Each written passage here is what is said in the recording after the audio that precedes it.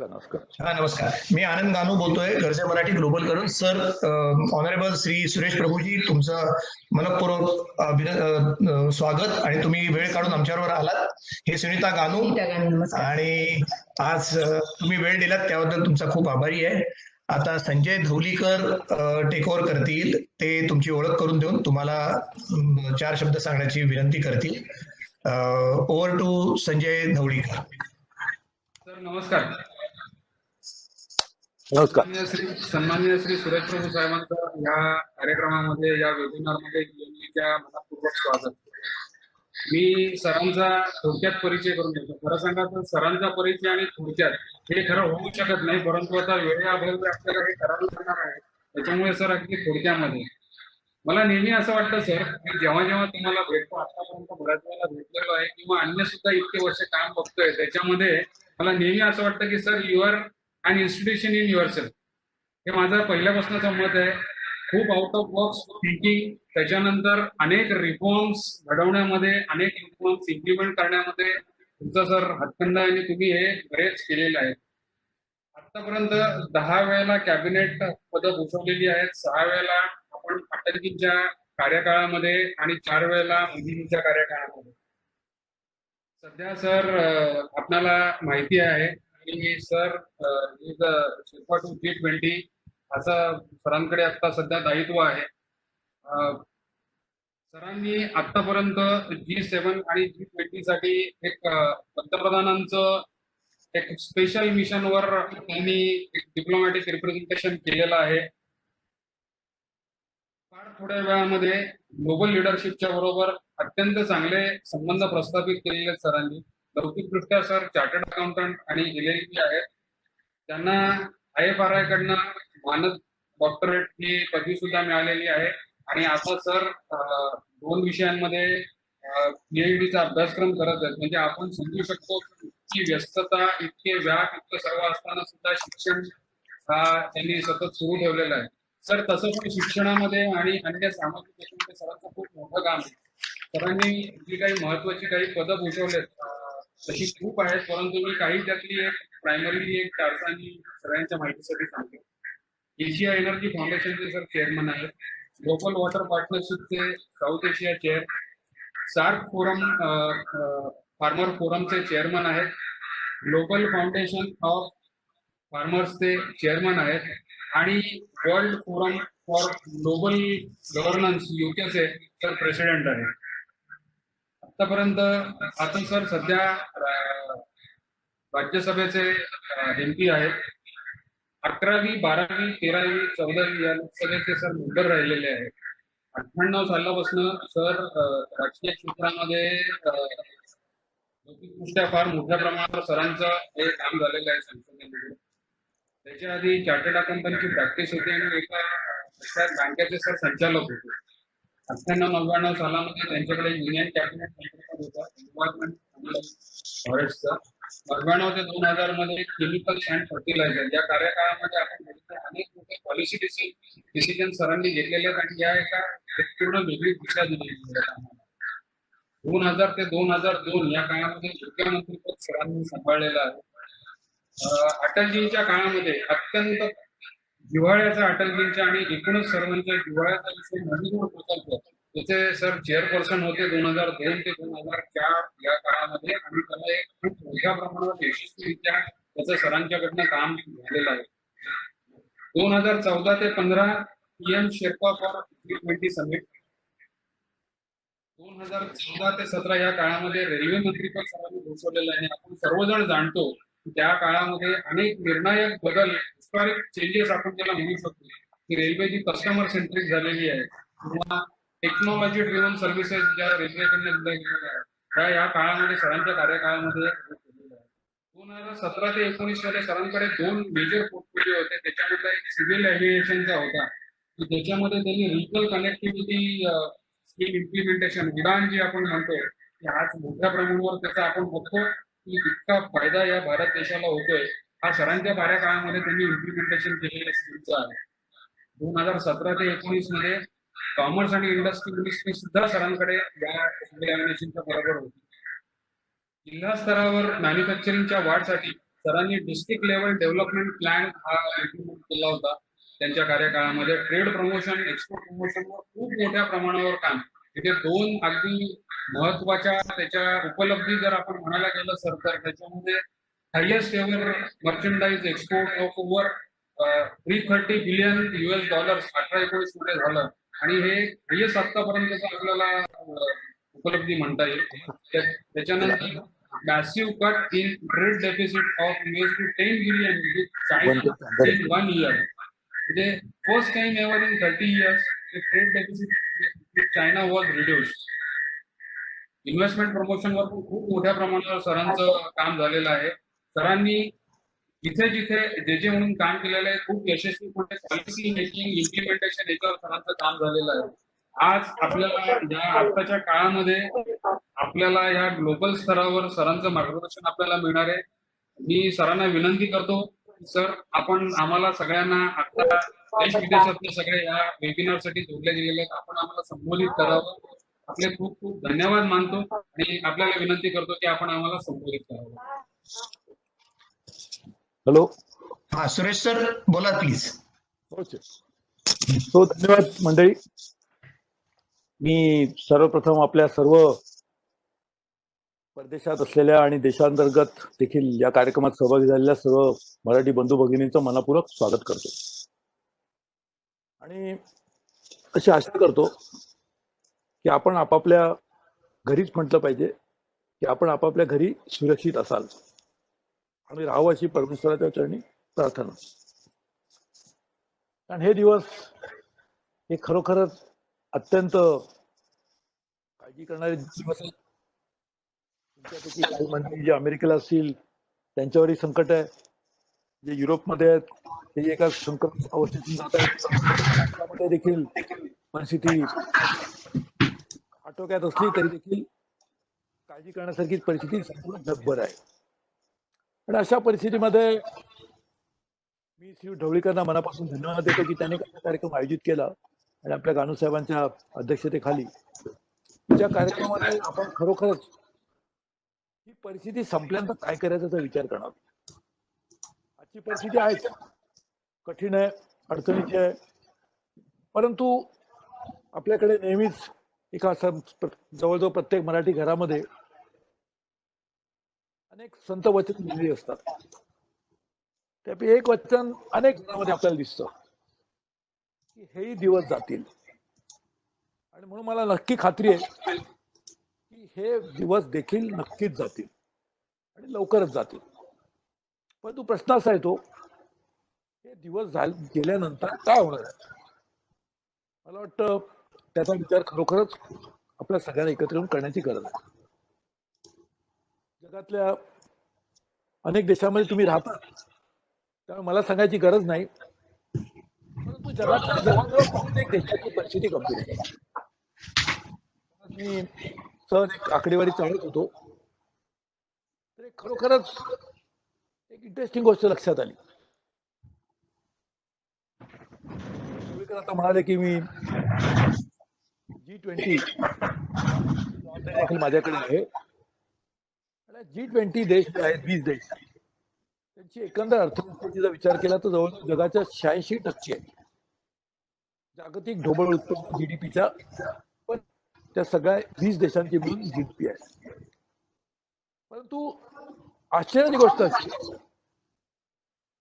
की जवळजवळ 80% जास्त जे या करोनाने रोगग्रस्त लोक आहेत हे या G20 देशांमध्येच आहेत. आणि जवळजवळ 85 ते 90% लोक ज्या रोगाने मृत्यू पडले ते देखील या G20 मध्येच आहेत. म्हणजे पुढारलेले देश या रोगामध्ये देखील त्रासलेले आहेत आणि आर्थिकदृष्ट्या देखील पुढारलेले आहेत. आतापर्यंत अशी आपली एक समज होता की पुढारलेल्या देशांना अशा रोगराईंचा कधी त्रास होणार नाही. ही थर्ड वर्ल्ड कंट्रीचा प्रॉब्लेम, जे अजूनही मागासलेले देश आहेत त्यांच्या दृष्टीची समस्या आहे. परंतु आज सगळेजण खडबडून जागे झालेत. ही समस्या आपली सगळ्यांची आहे. आणि मग जर सगळ्यांची असेल तर बऱ्याचदा आपण म्हणतो की nature is a great leveller मला वाटतं this particular disease also has proved to be a great leveller. It has brought us to realise that no one should now feel immune from the global problem. अशा परिस्थितीमध्ये मला वाटतं या सगळ्यांना उद्याच्या दिवसामध्ये श्री ढवळीकरांनी विषय ठेवलाय की उद्याचा भारत कसा असेल आणि या उद्याच्या होणाऱ्या भारतामध्ये आपल्या सगळ्यांना काम करण्याच्या काय संधी असतील. आज सगळ्याच अर्थव्यवस्था ज्याप्रमाणे अडचणीत आहेत तसेच भारतामध्ये देखील जो आपला जीडीपीचा वाढीचा दर होता तो निश्चितपणे कमी होईल. काल रिझर्व्ह बँक ऑफ इंडियाच्या म्हणण्याप्रमाणे तो निगेटिव्ह टेरिटरीमध्ये देखील असेल. परंतु ही एक तात्पुरती गोष्ट आहे. It's a transitory phase. If you look at a medium term prospect for India, they are definitely brighter.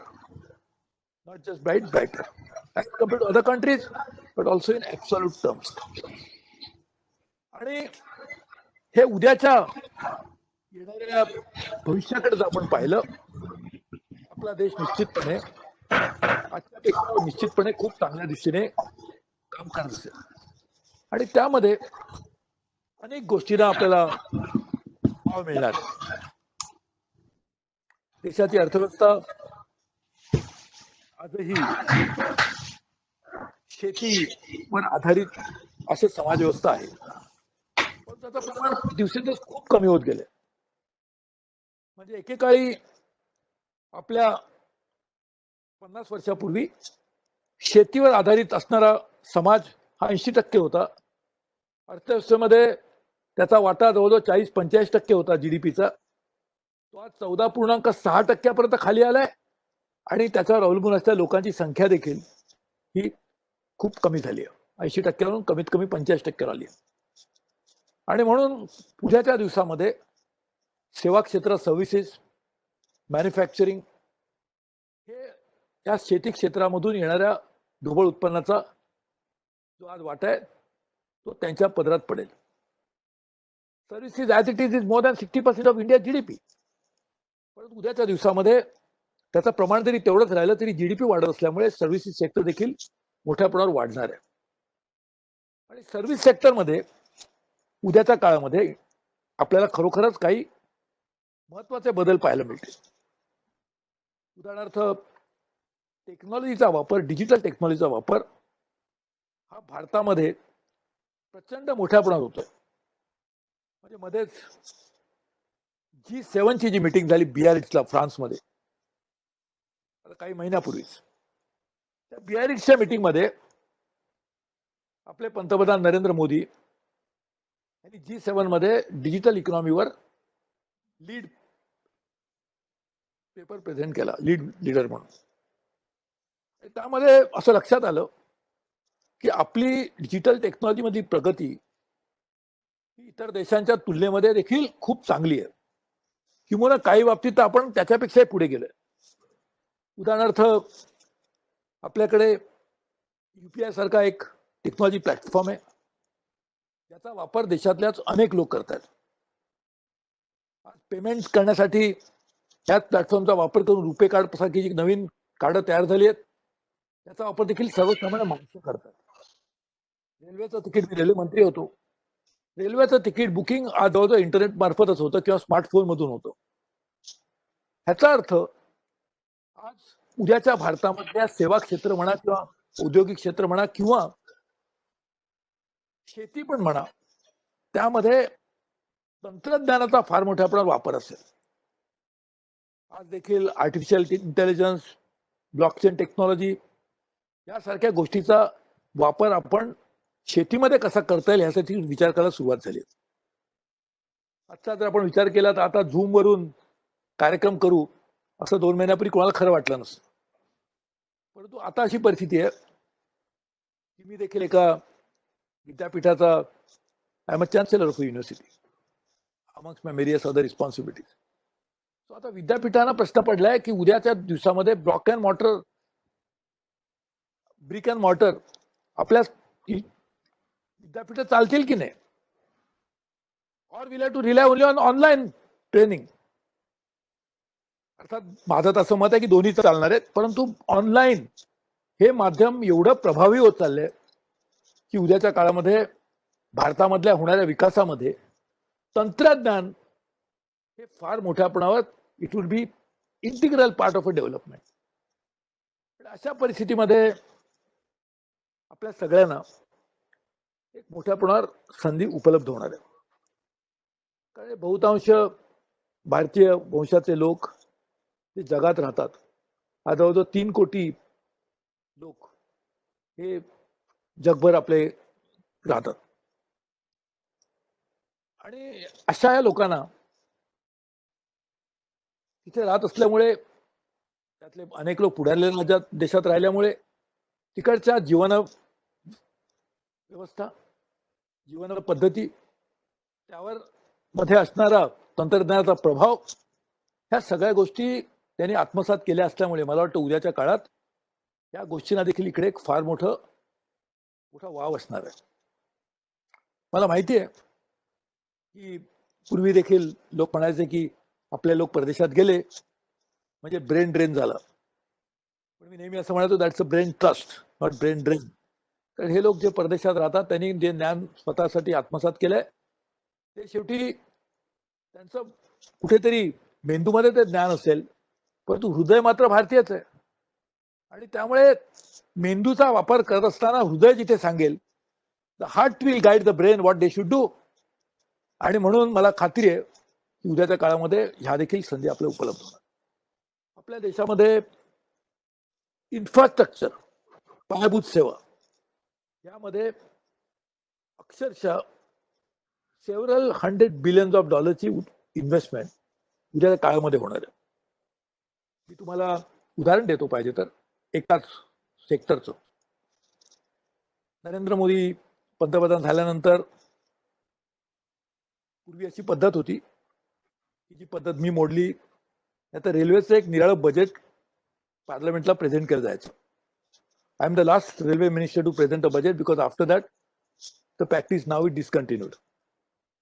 पण जे नरेंद्र मोदी सरकारचं पहिलं रेल्वे बजेट जाहीर केलं, ते मी सादर केलं, त्यामध्ये 5 वर्षामध्ये I had presented a plan for $146 billion of investment.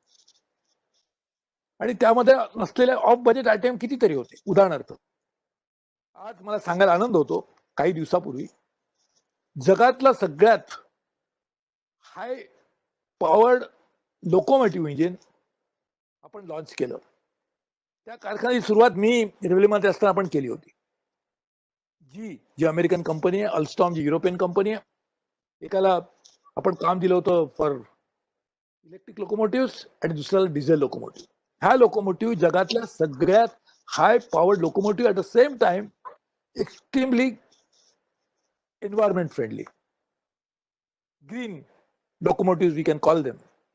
आणि अशा हे जे आयटम्स आहेत $20-30 billion, they are not even included in the budget because that was off budget. It was done through PPP. So the budget of railway itself was few $100 billion. And so you can imagine how much investment come into the sector. I was aviation minister, and we had prepared a first ever global aviation summit that happened in Mumbai in early last year, exactly a year ago in January 2019, where 87 countries participated. And they acknowledged and appreciated the fact that India is now the 3rd largest aviation market in the world. Of course, currently again everything is grounded. 97% of the planes globally are not flying. They are on tarmac somewhere. And therefore, या सेक्टरमध्ये investment होणार आहे. मी commerce industry minister म्हणून देशाचा $5 trillion plan तयार केला होता. आणि there I could clearly see the investment that is going in to various sectors would probably be exceeding $1 trillion in the next few years. So that's the kind of investment that is going to be needed in India. And I can clearly see that there are several countries interested to invest in India. One, for purely commercial reason. That's a corporate decision taken in the boardroom. Other is strategic. Strategic investment decisions are made because of India's geopolitical and geo-economic prominence, as well as neutrality and openness that Indian society has. over a period of time, you'll see that both things converging, geo-economic and geopolitics, India would be a sort of the destination for investment. अशा परिस्थितीमध्ये आमची अशी नक्कीच इच्छा राहील की आपल्या देशातून परदेशात गेलेले आपले जे बांधव आहेत त्यांना देखील या उद्या होणाऱ्या भारताच्या विकासामध्ये एक स्थान असलं पाहिजे, संधी असली पाहिजे आणि त्यांच्या under their dynamic direction we should drive this future of India. अशा परिस्थितीमध्ये नरेंद्र मोदी हे आपल्या देशाचे पंतप्रधान म्हणून एक दिल्या स्वरूपाचं काम करतात. त्यांनी आताच एक काही दिवसापूर्वी एक नवीन विकासाचा मंत्र देशासमोर ठेवलाय, आत्मनिर्भर भारत. जो भारत स्वतःच्या पायावर उभा असेल, आणि आजच मी सतत निंदा वेबिनार में बोलत असतो. I spoken in more than 100 webinars on 54 different subjects, Kanu sir, 54 different subjects. So one of the subjects I was thinking in the morning, and I was saying that आत्मनिर्भर भारत होण्यासाठी आत्मनिर्भर समाज व्हायला पाहिजे. समाज आत्मनिर्भर नसेल तर देश आत्मनिर्भर कसा होईल? आणि समाजाला आत्मनिर्भर करण्यासाठी समाजामध्ये एक वेगळ्या तऱ्हेचा आत्मविश्वास निर्माण केला पाहिजे. तुमच्यापैकी अनेक जण जे परदेशात राहतात, काम करतात, त्यांना तो आत्मविश्वास आहे, कारण त्यांनी खूप कठीण परिस्थितीत कॉम्पिटिटिव्ह ॲटमॉस्फिअरमध्ये काम करून यश मिळवलेलं आहे. मला वाटतं उद्याचा भारत देखील असाच कॉम्पिटिटिव्ह असला पाहिजे, ज्यामध्ये स्पर्धात्मक विकासाकडे चालना मिळाली पाहिजे, पण एकमेकाशी कारण नसताना पाय ओढणारी स्पर्धा नको. तर मी तुझ्यापेक्षा चांगलं काम कसं करून दाखवीन ही आस असली पाहिजे. आणि अशा तऱ्हेची कॉम्पिटिटिव्ह समाज आपण जर निर्माण केला तर आत्मनिर्भर भारत तयार होईल.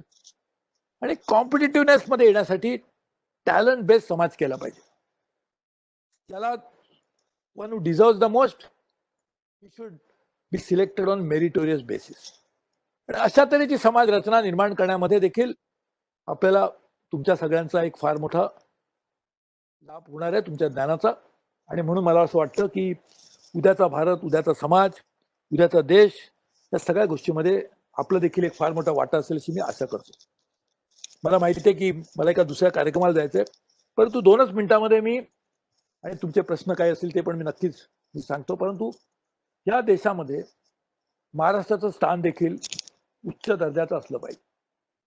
महाराष्ट्र हा आज देखील is more than 10% of India GDP. But I think we should aim at in India, GDP will be $5 trillion. Maharashtra should be a $1 trillion economy. And that would be the first step to have a $1 trillion economy. And there are at least 90% of the countries in the world do not have a $1 trillion economy. Because there are so many small countries. And therefore, $1 trillion ची महाराष्ट्राची अर्थव्यवस्था ही कशी करता येईल ह्या देखील आपल्याला सगळ्यांना विचार केला पाहिजे. महाराष्ट्रामध्ये सगळ्याच गोष्टी आहेत. म्हणजे आपली मराठी माणसं तर कोणत्याही बाबतीत मागे असू शकत नाहीत. त्याचबरोबर महाराष्ट्राचं समुद्र किनारा देखील आहे. अनेक विमानतळ महाराष्ट्रामध्ये आहेत. आणखीन मी मंत्री असताना आणखीन विमानतळ सँक्शन केली. कोकणामध्ये देखील एक विमानतळ येत आहे, 2 येत आहेत, रत्नागिरी आणि सिंधुदुर्ग. गोव्याला जो मोपाचा विमानतळ येतोय तो देखील महाराष्ट्राच्या सीमेला लागूनच आहे. आणि म्हणून आपल्याकडे पायाभूत सेवा महाराष्ट्रात चांगल्या आहेत. शेतीमध्ये महाराष्ट्र पुढारलेला आहे. उद्योगधंद्यामध्ये देखील महाराष्ट्र नेहमीच पुढे राहिलेला आहे. सेवा क्षेत्रामध्ये देखील महाराष्ट्र स्थान उच्च स्थानावर आहे. अशा वेळेला महाराष्ट्राचं देखील उद्याच्या उगवणाऱ्या भारतामध्ये एक महत्त्वाचं स्थान असलं पाहिजे. आणि त्या दृष्टीने देखील आपला सगळ्यांचा सहभाग त्यामध्ये मोठ्या प्रमाणात होऊ शकतो. आणि म्हणून पुन्हा एकदा साहेब तुमचं, श्री ढवळीकर यांचं आणि या कार्यक्रमात सहभागी झालेले अनेक माझे मराठी बंधू बांधव आहेत त्या सगळ्यांचं मी मनापासून त्यांना आभार मानतो, त्यांना धन्यवाद देतो. आणि निश्चितपणे काही काळ तुमचे काही प्रश्न असतील तर त्याला मी निश्चितपणे त्याला उत्तर देण्याचा प्रयत्न करेन. कारण तुमच्या प्रश्नाला उत्तर देणं हे खरं म्हणजे लहान तोंडी मोठा घास घेतल्यासारखं होईल, पण तरी देखील मी निश्चितपणे तो प्रयत्न करेन. आणि मनपूर्वक पुन्हा एकदा तुमचे धन्यवाद मानतो. जय हिंद, जय महाराष्ट्र.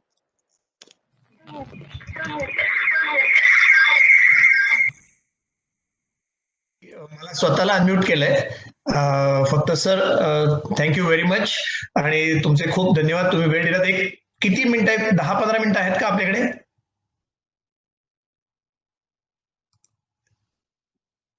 ओके. सगळ्यांनी अनम्युटेड राहा प्लीज. इंडिव्हिज्युअली अनम्यूट करा.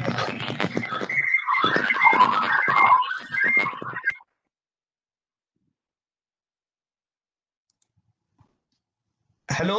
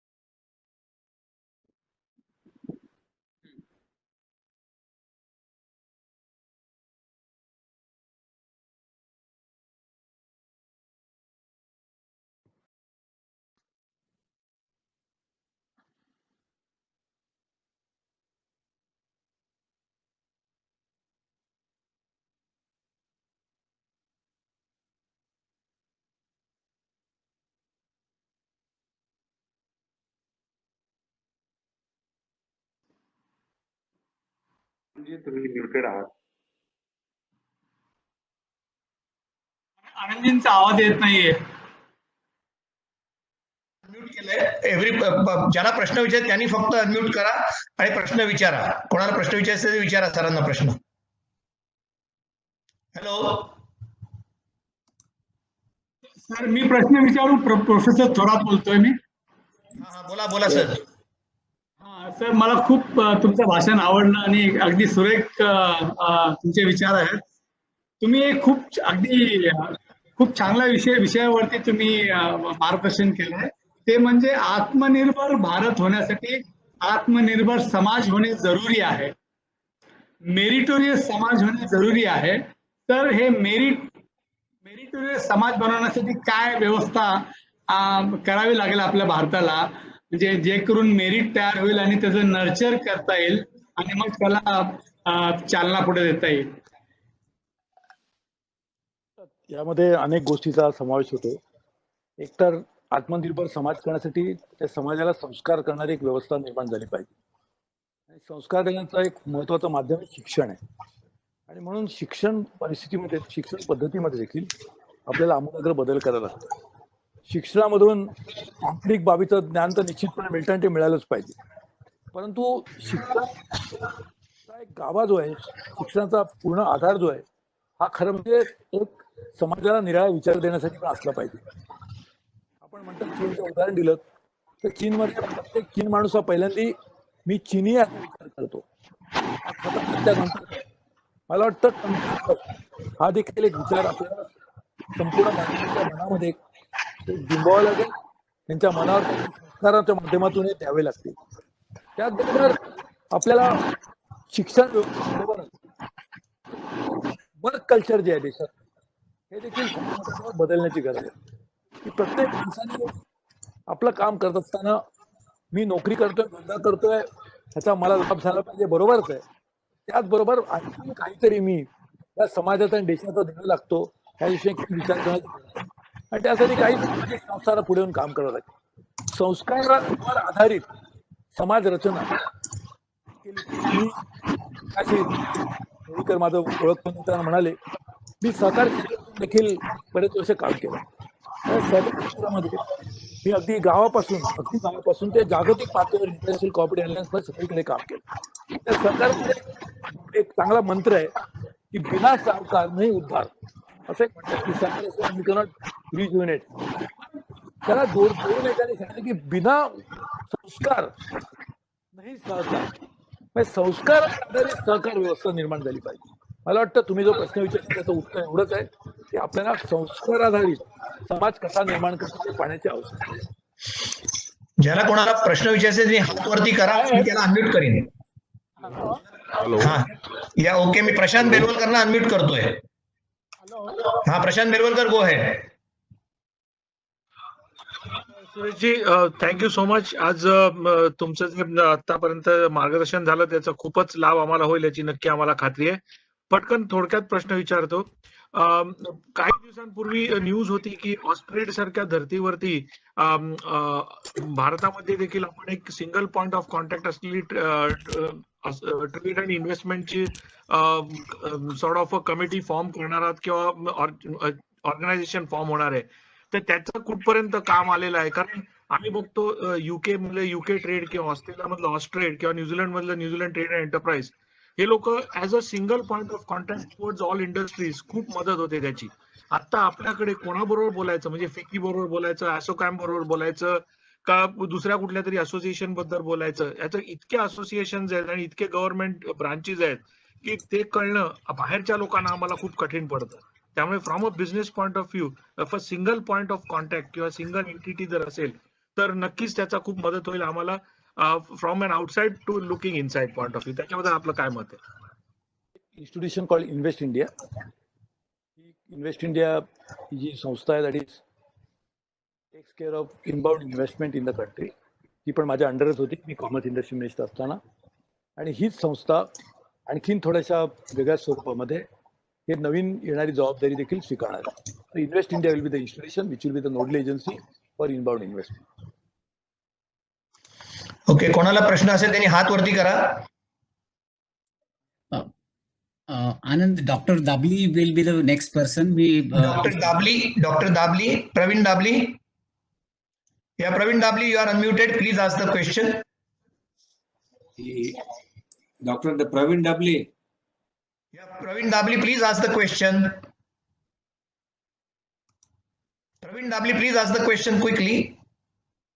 Dr. GD Yadav next, Anand.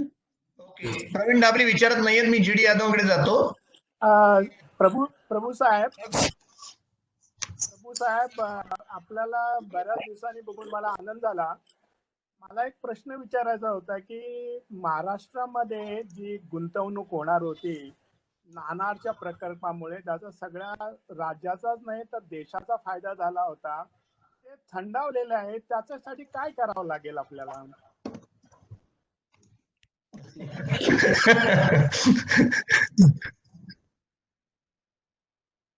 तुमचा प्रश्न चांगला आहे, आपण त्याला व्यवस्थित हे करून सांगू. पण मी आता सांगितलं त्याला, अजून कोणाचं असेल तर.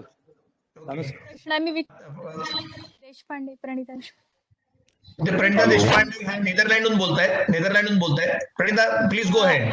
शी is advocate by profession. Please. नमस्कार सुरेशजी, माझा प्रश्न असा आहे की आता आम्ही पाश्चात्य देशांमध्ये राहतो, नेदरलँड, अमेरिका किंवा सगळेजण वेगवेगळ्या देशांमधून आज कनेक्ट झालो आहोत. आज आपण पाहतोय की भारतामध्ये सुद्धा कोरोनाने हळूहळू कहर माजवला आहे. आम्ही या गव्हर्नमेंटचं काम आज जवळून पाहतो. इथल्या ज्या गव्हर्नमेंट्स आहेत ते खरंच काही गोष्टी किंवा उपक्रम असे चांगले राबवतात आणि त्यातल्या काही सुझाव असतात की जे आम्हाला आपल्या भारतीय सरकारला पण द्यायचे असतात. पण कुठे एक्झॅक्टली संपर्क साधायचा, कोणाजवळ जाऊन सांगायचा की बघा या देशांमध्ये हे कामं अगदी उत्कृष्ट दर्जाची होतात आहे आणि त्या गोष्टींमुळे खरंच इथला कोरोना आटोक्यात येतो आहे. तर मग अशा काही सूचना आम्हाला द्यायच्या असतील सरकारला तर कुठलं माध्यम आहे का की तिथे आम्ही सांगू शकतो किंवा या सगळ्या गोष्टी त्यांना व्यवस्थित पोहोचवू शकतो? शॉर्ट ठेवा. एक तर अशा तऱ्हेची व्यवस्था आपल्या सरकारने देखील केली आहे. जगात कुठे कुठे काय काय चाललंय, WHO कडे देखील त्यांनी एक सिस्टीम तयार केली की जगातल्या बेस्ट प्रॅक्टिसेस जे आहेत ते संपूर्ण देशामध्ये आणि जगामध्ये ते सगळ्यांना सांगत असतात. परंतु याच्या व्यतिरिक्त देखील हेल्थ मिनिस्ट्रीला तुम्ही जर संपर्क केला तर health ministry will be the right forum for doing this. Okay, next is Praveen Dabli, तुम्हाला दोनदा अनम्यूट केलं, प्लीज बोला पटकन. सर, मला एक विचारायचं आहे, तुम्ही डिजिटल बद्दल बोललात तर ते डिजिटल याच्यात आपण संसदेचं कामकाज हे डिजिटल याच्यावर नाही चालवू शकत का? कारण की तिथे जे गॅदरिंग होते त्याला आपण घरी बसूनही चालवू शकतो, जेणेकरून प्रत्येक सांसद आपल्या घरी राहील आणि कनेक्ट राहील आपल्या एरियाशी. बघा, अजून अमेरिकेमध्ये देखील ती व्यवस्था झालेली नाहीये, परंतु लवकरच किंवा अजून युकेच्या पार्लमेंटमध्ये देखील असं नाही की जगातलं कुठचंच पार्लमेंट नाही. तुम्हाला सांगायला आनंद होतो की साधारणपणे 20 वर्षापूर्वी आम्ही केली होती जगातल्या सगळ्याच एमपीजना बरोबर घेऊन. त्याचं नाव होतं E parliament. Globally on e-parliament basis. So we are quite ahead of our times, and that organization is still working, and we are actually a lot of countries are members of that. But to no parliament in the world yet has gone fully online. That means we are also online. We have so many transactions we do in parliament is also online. पण त्या तऱ्हेचं completely कधी parliament जायलाच लागू नये आणि घरी बसूनच parliament चालावं अशी व्यवस्था आपल्याकडे अजून झालेली नाही, परंतु इंडियामध्ये देखील ती निश्चितपणे होईल याची मला खात्री आहे. सर किती मिनिटं आहेत अजून तुमच्याकडे? सर तुमच्याकडे किती मिनिटं आहेत? किती वेळ आहे? सर किती वेळ आहे तुमच्याकडे अजून? मला जर जायचं ओके, एक लास्ट शेवटचा धवळीकर समारोप करतील. आमच्या बरोबर जपानची टीम आलेली आहे, त्यांना काही विचारायचे.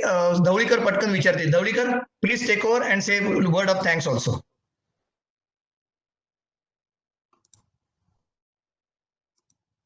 Dhavalikar please go ahead. Sureshji नमस्कार. जपानची आमची टीम आहे, त्यांना आता जिथे काही भारतामध्ये काही कंपन्या घेऊ इच्छितात त्या संबंधी काही त्याच्याबद्दल काही कंपन्यांसाठी त्यांचं एक हे आहे, तर ते आम्ही तुमच्याबरोबर सेपरेटली डिस्कस करू, कारण आता तुमच्याकडे वेळ खूप कमी आहे, तर त्याच्यामुळे आणि आपण या याच्यात सहभागी झालात, आपण आपला अमूल्य वेळ दिलात इतक्या या गर्दीच्या आपल्या बहुमूल्य याच्यामध्ये, त्याच्याबद्दल आपले धन्यवाद. परत आम्हाला असं आवडेल की आपण परत कधीतरी आम्हाला असा एक तासाभराचा वेळ द्यावा. नक्की, निश्चितपणे कधी तुम्ही सांगा त्यावेळेला. आधी आपण अर्धा तासाचा वेळ ठरला होता, पण आता पाऊण तास होऊन गेला तरी देखील मी तुमच्यावर आहे, कारण फक्त दुसरा कार्यक्रम आहे ते लोक मला अजून त्या कार्यक्रमाला जायचं म्हणूनच मी तुमची रजा घेतो.